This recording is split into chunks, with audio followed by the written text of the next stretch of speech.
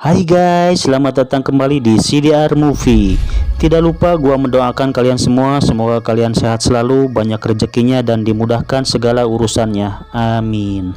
Di video kali ini gua akan membahas salah satu film horor yang berjudul Grandmother.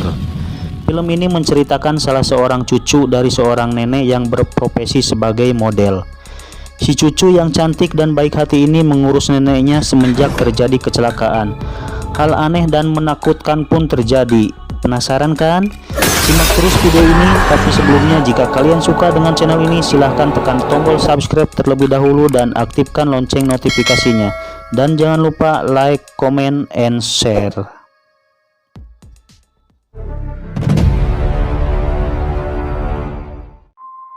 Di awal film diperlihatkan seorang nenek lagi duduk sambil ngopi di sebuah kafe yang bernama Nenek Lira.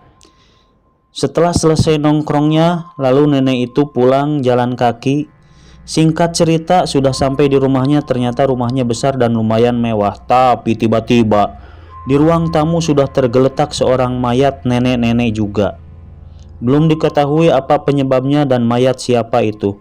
Yang anehnya, Nenek Lira raut wajahnya lempeng biasa saja, tidak memperlihatkan rasa takut atau gimana gitu. Tiba-tiba dari kegelapan muncul salah seorang cewek tanpa busana, lalu menghampiri si Nenek Lira itu dan memberikan sebuah boneka keramik kepadanya. Dan film pun dimulai.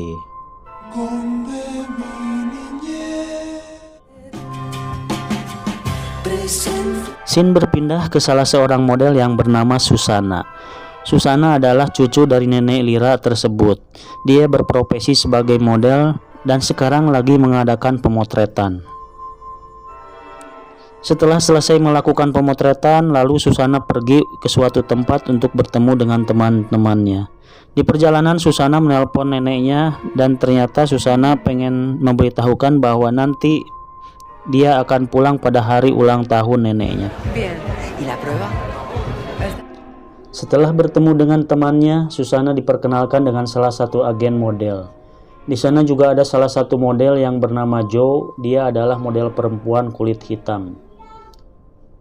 Lagi serius ngobrol, tiba-tiba HP Susana berdering dan ternyata yang nelpon adalah dari pihak rumah sakit. Mereka memberi kabar bahwa neneknya jatuh dan mengalami kecelakaan dan sekarang lagi dirawat di rumah sakit. Tanpa pikir panjang, Susana langsung terbang dari Paris ke Madrid untuk menjenguk neneknya di rumah sakit. Setibanya di Madrid, Susana langsung ke rumah sakit untuk bertemu dengan dokter yang menelpon tadi. Lalu dokter memberitahukan bahwa kondisi neneknya mengalami pendarahan di otak yang mengakibatkan kerusakan semua saraf. Dan dokter berkata neneknya kemungkinan lumpuh total dan tidak bisa sembuh lagi. Lalu dokter menyarankan supaya neneknya itu dibawa ke suatu tempat, yaitu tempat panti jompo, karena neneknya harus mendapatkan perawatan yang ekstra lebih. Singkat cerita, neneknya langsung dibawa pulang ke rumah. Setibanya di rumah, Susana melihat sekeliling ruangan rumah. Dia teringat masa lalu waktu masih kecil di rumah yang dirawat sama neneknya. Tiba-tiba, Susana kaget melihat kursi roda sudah kosong dan neneknya sudah berdiri sambil melihat fotonya waktu masih muda. Padahal neneknya itu sudah divonis lumpuh total sama dokter. Lalu si nenek diajak duduk sambil nonton TV.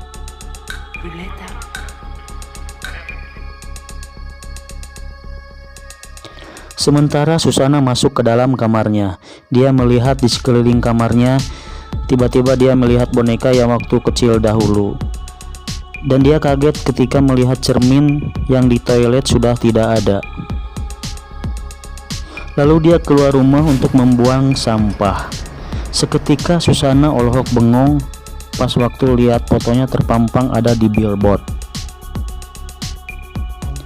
Sebelum pulang ke rumah, Susana mampir terlebih dahulu ke CDR Mart terdekat untuk membeli cermin karena di kamarnya tidak ada cermin.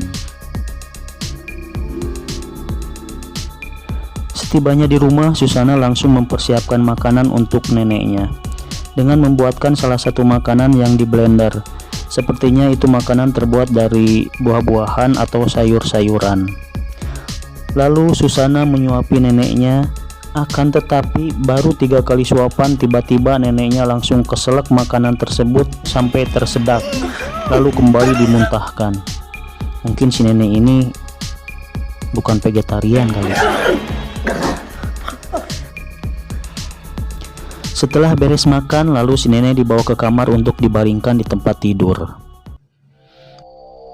Baru saja Susana lagi enak maskeran depan kaca, tiba-tiba terdengar suara si nenek menjerit-jerit dari kamarnya.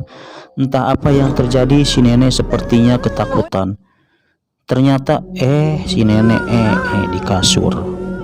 Kemudian Susana membawa si nenek ke kamar mandi untuk dibersihkan sekaligus dimandiin. Setelah selesai, lalu si nenek dibaringkan kembali di tempat tidur sambil melihat tutorial bagaimana caranya memakaikan popo untuk si nenek.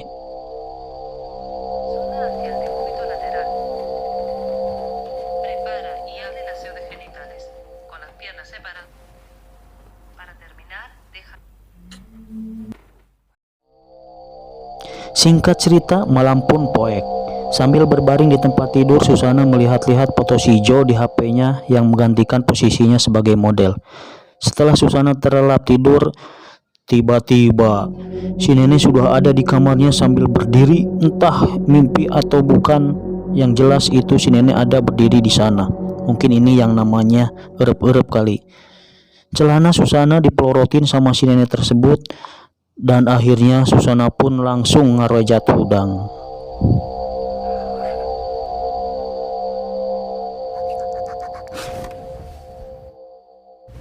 Habis gelap terbitlah terang.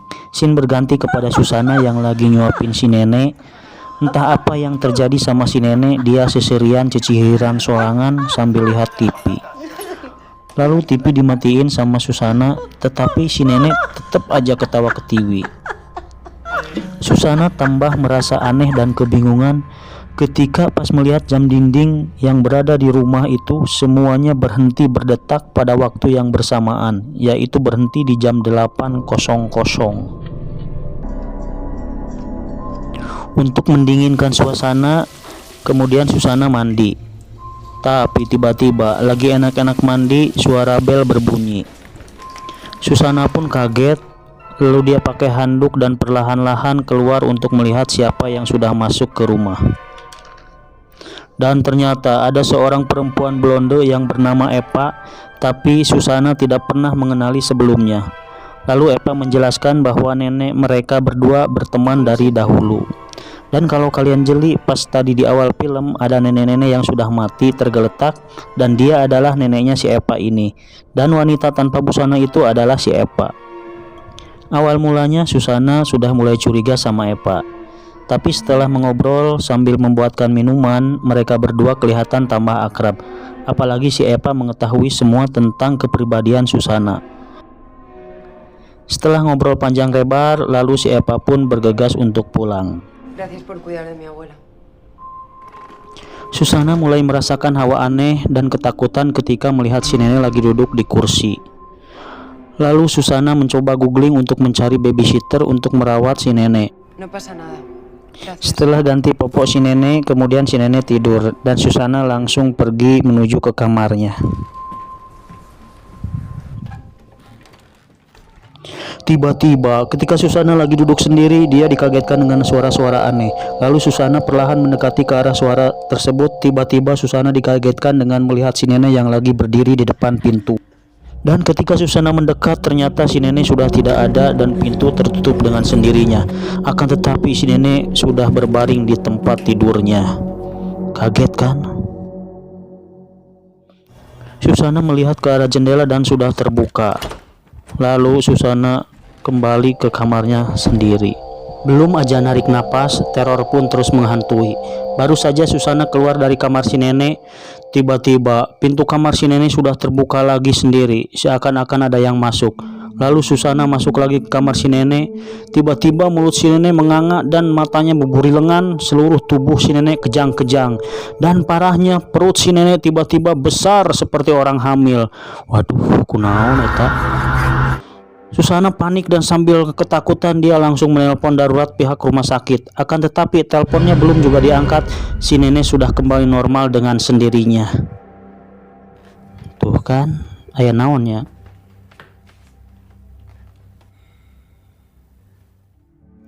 Dengan penuh ketakutan dan badan masih ngedarek-deg, Susana lalu kembali ke kamarnya untuk menenangkan diri. Susana duduk sambil nonton TV dan tiba-tiba lagi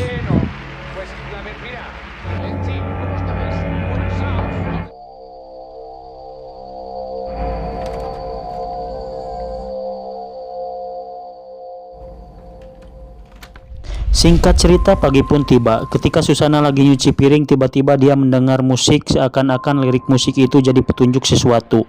Lalu Susana melihat ke belakang poster, ternyata ada kunci yang menempel. Lalu kemudian Susana membuka rak di atas kasur dan ternyata ada sebuah buku. Dan buku itu dibukanya pakai kunci yang tadi. Dari isi buku tersebut ternyata ada catatan waktu masa kecil Susana. Scene berpindah ke cerita masa lalu Susana yang ada di buku diary tersebut. Di masa kecil Susana, si nenek mempunyai salah satu teman dekatnya yang bernama Julita dan satu anak perempuan yang bernama Eva, wanita yang tadi ada di awal cerita.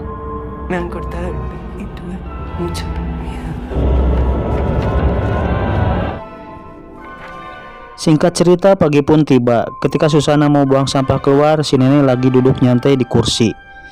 Setelah buang sampah, Susana nyantai dulu, ngerokok dulu di luar sebatang sambil dia menelpon babysitter untuk menentukan kapan waktunya untuk bisa ke rumah. Lalu Susana kemudian kembali lagi ke rumah. Akan tetapi pas nyampe di rumah, Susana kaget karena si nenek tidak ada di tempat kursi yang duduk tadi. Akhirnya Susana panik, lalu dia mencari kesana kemari sampai keluar rumah ke jalan raya. Akan tetapi hasilnya si nenek tidak diketemukan. Lalu Susana kembali lagi ke rumah. Dia lagi telepon-teleponan sama si babysitter. Akan tetapi Susana kaget pas lihat si nenek lagi duduk di kamar, lagi diam termenung. Tadi tidak ada, dicari-cari kemana lagi nek.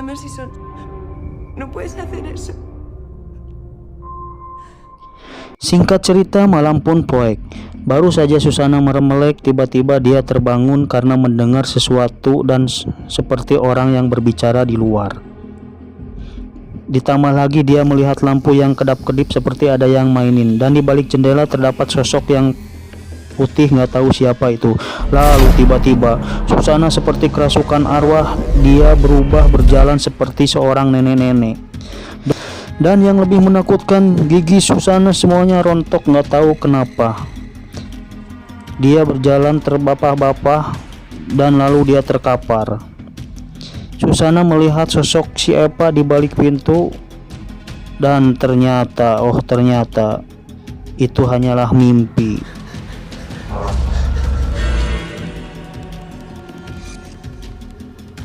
Dengan perasaan yang masih takut, lalu Susana keluar dari kamar untuk melihat si nenek. Dan ternyata si nenek lagi tidur sambil memeluk boneka punya Susana yang waktu kecil. Pagi harinya Susana memesan tiket untuk penerbangan ke Paris. Di waktu bersamaan suara bel berbunyi. Dan ternyata dia adalah Adela, babysitter yang ditelepon sama Susana tempo hari. Adela langsung menghampiri si nenek untuk ngajak ngobrol sebagai perkenalan.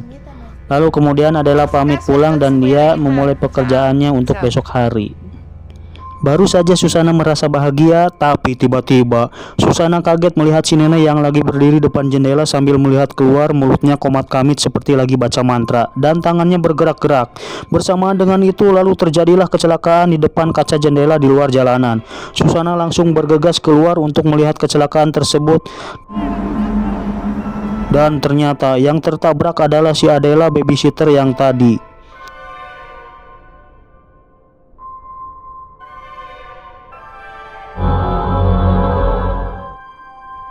Dengan kejadian tadi, Susana merasa terpukul atas meninggalnya Adela, babysitter itu. Lalu Susana pergi ke warung bakso Kang Herman, cabang Raja Pola untuk menenangkan diri sejenak. Karena sudah merasa nggak tahan dengan keadaan sekarang, lalu Susana berniat untuk menitipkan si nenek di panti jompo. Singkat cerita, pagi pun tiba. Akhirnya Susana membawa si nenek ke salah satu panti jompo yang berada di kota Madrid. Sebelum pamitan, Susana berpesan kepada si nenek supaya jaga diri baik-baik dan suatu waktu nanti dia akan menengok lagi ke sana. Setelah dititipkan di panti jompo, lalu Susana kembali ke rumah untuk beres-beres. Karena merasa lapar, lalu Susana memasak terlebih dahulu. Tapi tiba-tiba pada waktu memecahkan telur di atas wajan, telurnya itu busuk, banyak belatungnya.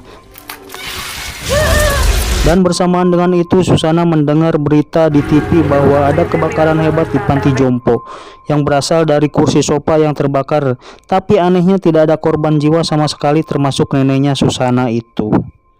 Mendengar berita tersebut, perasaan Susana tambah merasa gak karuan, ketakutan. Tiba-tiba si nenek sudah berada di kamarnya sambil duduk di kursi.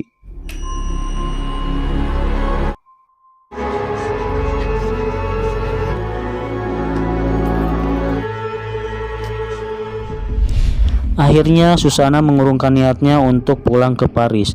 Seperti biasa, Susana menyiapkan makanan untuk si nenek yang terbuat dari sayur mayur yang di blender. Lalu kemudian Susana menyuapi si nenek di meja makannya. Awal suapan pertama tidak terjadi apa-apa, tapi tiba-tiba si nenek merasa tersedak pernapasannya dan lalu innalillahi wa inna ilaihi raji'un. Tanpa diduga si nenek langsung meninggal karena tersedak makanan tersebut. Susana merasa terpukul sekali, dia menangis. Kok bisa ya si nenek tersedak makanan langsung meninggal, padahal si nenek kan kuat.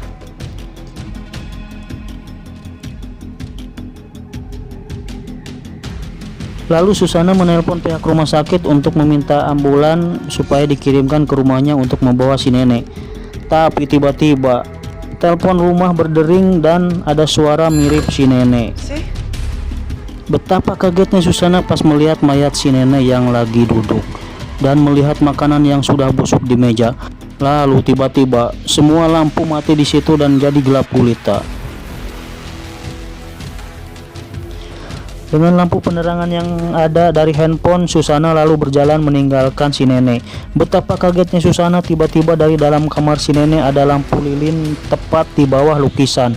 Lalu Susana mendekati lilin tersebut, kemudian Susana mencoba untuk meniup lilin tersebut, tetapi tidak bisa padam. Betapa kagetnya Susana ketika lilinnya diambil tapi apinya masih nyala. Bersamaan dengan itu tiba-tiba kotak terbuka dan ternyata di dalam kotak tersebut ada foto Susana yang waktu kecil yang dilingkari sama potongan rambut. Ketakutan Susana malah tambah menjadi-jadi ketika lihat si nenek di kursi sudah hilang. Aduh ampun, mau orang mages pingsan meureun. Serem. Geus teu bisa ngomong deui, tingali we nya.